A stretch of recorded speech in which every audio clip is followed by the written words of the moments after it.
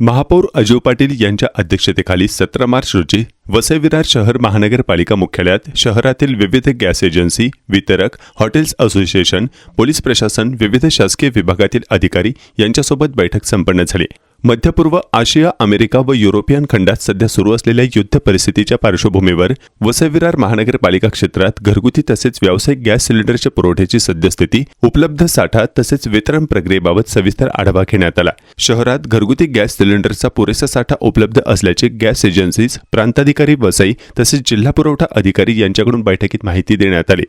Gas सिलेंडरचा पुरेसा साठा उपलब्ध असल्यामुळे व बुकिंगनंतर विहित मुदतीत ग्राहकांना गॅस सिलेंडरचा पुरवठा गॅस एजन्सी मार्फत केला जाणार असल्याने नागरिकांनी गॅस एजन्सी किंवा वितरणाच्या ठिकाणी अनावश्यक गर्दी न करण्याचे आवाहन माननीय आयुक्त श्री मनोज कुमार सूर्यवंशी यांनी यावेळी केले. तसेच नागरिकांना घरगुती वापरासाठी वितरित करण्यात आलेला गॅस नागरिकांनी केवळ घरगुती कारणांसाठीच वापरणे बंधनकारक असून जर कुठेही घरगुती गॅसचा व्यावसायिक अथवा अनधिकृत वापर होत असल्याचे आढळून आल्यास संबंधित व्यक्ती व आस्थापनांवर कठोर कारवाई करणार असल्याचं प्रशासनामार्फत बैठकीत सांगण्यात आलं. गॅस वितरकांनी बुकिंगनंतर विहित मुदतीत ग्राहकांना गॅस सिलेंडरचा पुरवठा करण्याच्या सूचना प्रशासनामार्फत गॅस एजन्सी आणि वितरकांना देण्यात आल्या.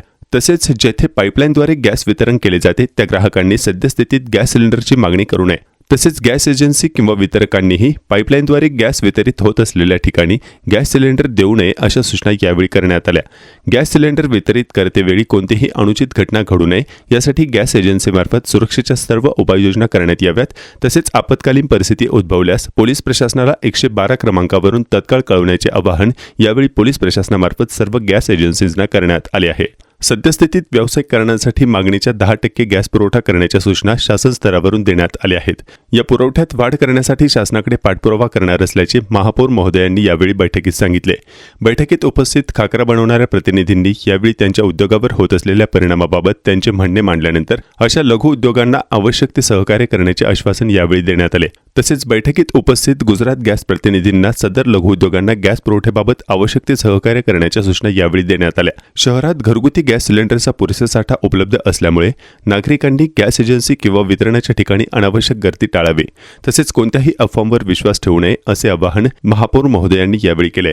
गॅस एजन्सी किंवा वितरकांना वितरणाच्या वेळी कोणतीही अडचण आल्यास त्यांनी त्या विभागातील नगरसेवक किंवा नगरसेविका यांच्याशी संपर्क करावा. प्रशासनासोबत सर्व सन्माननीय लोकप्रतिनिधींकडूनही सर्वतोपरी मदत करण्याचे आश्वासन यावेळी महापौर महोदयांमार्फत देण्यात आले. या बैठकीला महापौर अजय पाटील, आयुक्त मनोज कुमार सूर्यवंशी, स्थायी समिती सभापती प्रवीण शेट्टी, सभागृह नेते प्रफुल्ल साने, विरोधी पक्षनेते मनोज पाटील, माजी महापौर नारायण मानकर, माजी उपमहापौर उमेश नाईक, स्थायी समिती सभापती जितूभाई शहा, अतिरिक्त आयुक्त संजय हेरवाडे, अतिरिक्त आयुक्त दीपक सावंत, वसईचे प्रांताधिकारी शेखर घाडगे, पोलीस उपायुक्त सुहास बावचे, पोलीस उपायुक्त पौर्णिमा चौगुले श्रृंगी, जिल्हा पुरवठा अधिकारी यांचे प्रतिनिधी, गॅस एजन्सीचे पदाधिकारी, हॉटेल्स असोसिएशनचे पदाधिकारी, महानगरपालिकेचे अधिकारी व कर्मचारी वर्ग उपस्थित होते.